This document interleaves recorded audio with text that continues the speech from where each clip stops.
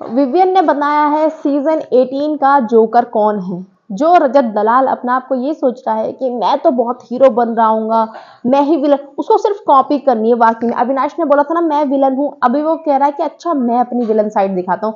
तो अविनाश का जो रेबलनेस था वो समझ में आ रहा था, और अविनाश जो विलन बनना था वो अच्छा लग रहा था।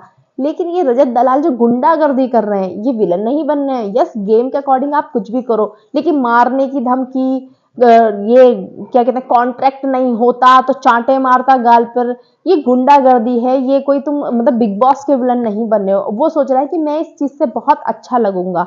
अभी विवियन के बारे में बहुत सारी चीजें बोलता है, बहुत ही ज्यादा गलत गलत शब्दों का इस्तेमाल करता रहता है, लेकिन विवियन उसको एक भी बार फुटेज नहीं देना चाहता। तो विवियन और करणवीर और बग्गा जी बैठे हुए थे। विवियन को बहुत अच्छे से पता है कि जाके कह देंगे और उसके कान में ये चीज पड़ जाएगी।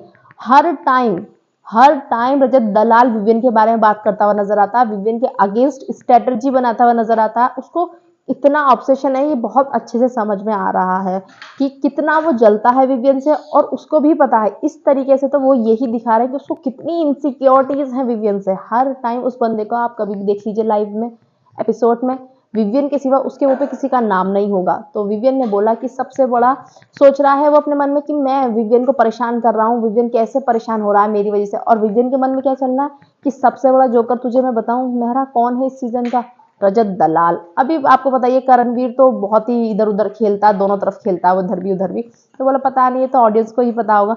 सच में वो पोपट लग रहा है पूरा, और जोकर लग रहा है वो सारा अविनाश को पोपट बोलती है, वो ही पोपट लग रहा है। 24 घंटे पट पट पट पट पट बोलता रहता है, और सिर्फ विवियन के अगेंस्ट जहर उगलता है वो।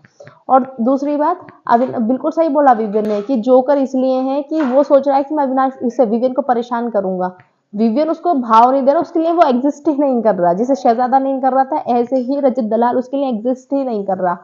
सो गाइज, एक बात बहुत अच्छे से समझ में आ जाती है ये देखने के बाद में, रजत अपने ही मन में चीजों को एज्यूम कर रहा है, और विवियन उन चीजों को भाव भी नहीं दे रहा। और सच में जिस तरीके से वो पीछे लग रहा है, ऐसे लग रहा है जोकर ही है वो।